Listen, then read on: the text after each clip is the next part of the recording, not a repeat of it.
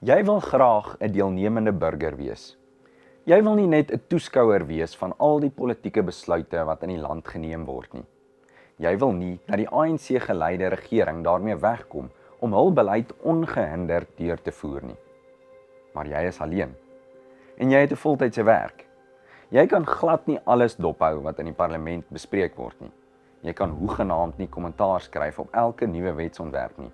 En soveel te meer kan jy nie hofgedinge loods teen elke onregverdige stuk wetgewing wat wel bekragtig word nie. Dis waarom AfriForum veg vir geregtigheid. AfriForum het kundige personeel in diens wat spesialiseer in gebiede soos omgewingsake, plaaslike regeringssake, rampbestuur, gesondheidsorg, eiendomsreg, vuurwapenbesit, padvervoer en onderwys. Hierdie personeel moniteer die parlement en uitvoerende gesag op nasionale, provinsiale en plaaslike vlak. Skadelike wetsontwerpe en konsepregulasies word geïdentifiseer en die gevare daarvan word aan die groot klok gehang.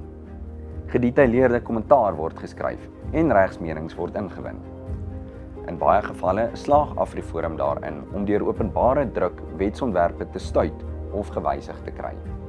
In ander gevalle slaag AfriForum daarin om hofbevele te bekom wat skadelike beleid tersyde stel. Dink maar aan die onlangse munisipale heffings in Pretoria en Kaapstad wat geskraap is nadat AfriForum regsaksie daarteen geloods het. Om kundige personeel in diens te neem en regsaksies te befonds, maak AfriForum staat op die vrywillige bydraes van ons ondersteuners. Gewone mense wat nie self die tyd of geleentheid het om hierdie take aan te pak nie, maar wat wel R100 per maand kan afstaan om dit vir AfriForum moontlik te maak.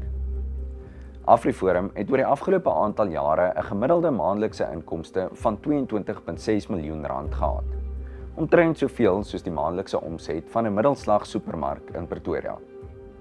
Om hiermee 311 personeellede landwyd in diens te hou, regskoste te betaal en ondersteuning te bied aan die ongeveer 10.000 vrywilligers by ons takke en buurtwagte, moet AfriForum elke sent omkeer. Litigasie word strategies aangepak, met voorkeur aan sake waar ons waarskynlik met koste sal wen.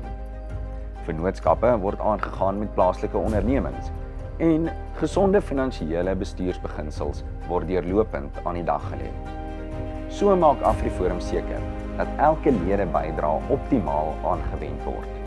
So ondersteun AfriForum en maak ons hande sterk om te veg vir geregtigheid.